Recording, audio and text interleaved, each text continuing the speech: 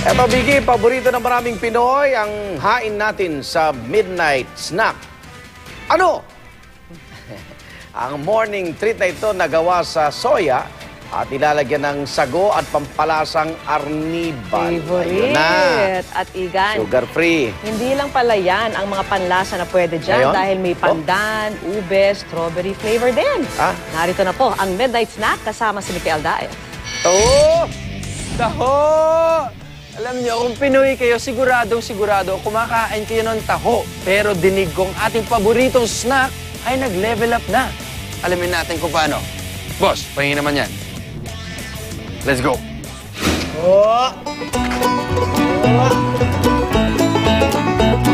Bago pa man dumating ang mga Kastila sa Pilipinas, nagbebenta na ng taho ang mga Chinese traders.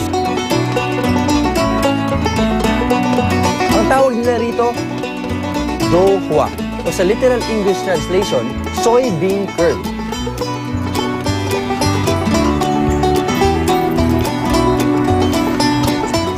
Iba-iba ang gamit at timpla ng mga Chinese sa Do Hua.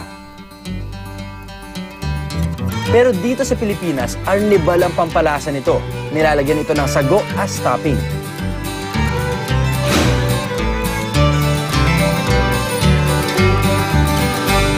Mayaman sa protina ang taho dahil gawa ito sa soybeans. Low in fat at saturated fat din ito. Bukod dyan, meron din itong calcium, magnesium at iron.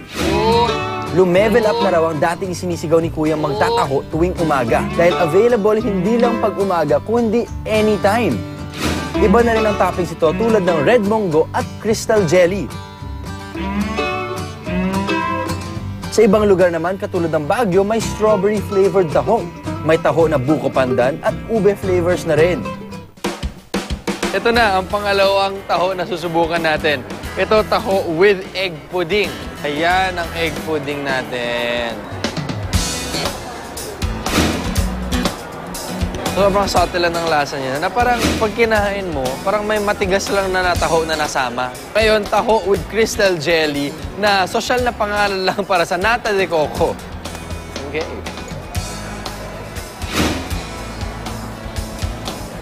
Hindi ko nagustuhan yung first two dahil masyado siyang malapit sa taho, pero alam ko hindi siya taho kasi may kakaibang lasa. So meron tayong taho with red mongo.